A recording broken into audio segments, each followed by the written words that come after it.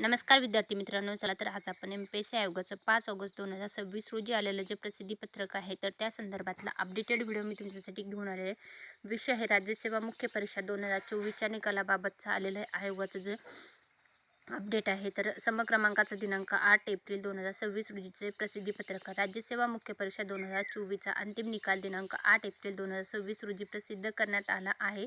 या संदर्भातील प्रसिद्धीपत्रकानुसार नमूद केलेल्या उच्च न्यायालयाच्या मुंबई येथील दाखल रीट याचिका संदर्भ क्रमांक जो आहे तर त्यानुसार जे आहे तर 18 फेब्रुवारी 2026 रोजीच्या आदेशानुसार संबंधित उमेदवाराचा निकालात समावेश करण्यात आला होता, मात्र शासकीय कारणास्तव शिफारस राखून ठेवण्यात आली होती. तर त्या संदर्भातलं एम-पी-एस-सी आयोगाचं जे अपडेट आहे तर त्या संदर्भातला हा संपूर्ण अपडेट जे आहे ते एम-पी-एस-सी आयोगाने 5 ऑगस्ट 2026 रोजी हे प्रसिद्धीपत्रक जे आहे तर ते प्रसिद्ध केलेलं आहे. आणि पोलीस उप अधीक्षक आणि सहाय्यक पोलीस आयुक्त गट अ संवर्गातील राखून ठेवण्यात आलेल्या एका पदाचा श्रीमती हिना कासिम फोफालुनकर यांची शिफारस करण्यात येत आहे. तर त्या संदर्भातलं आलेलं एम-पी-एस-सी आयोगाचं हे अपडेट आहे. Thanks for the watching.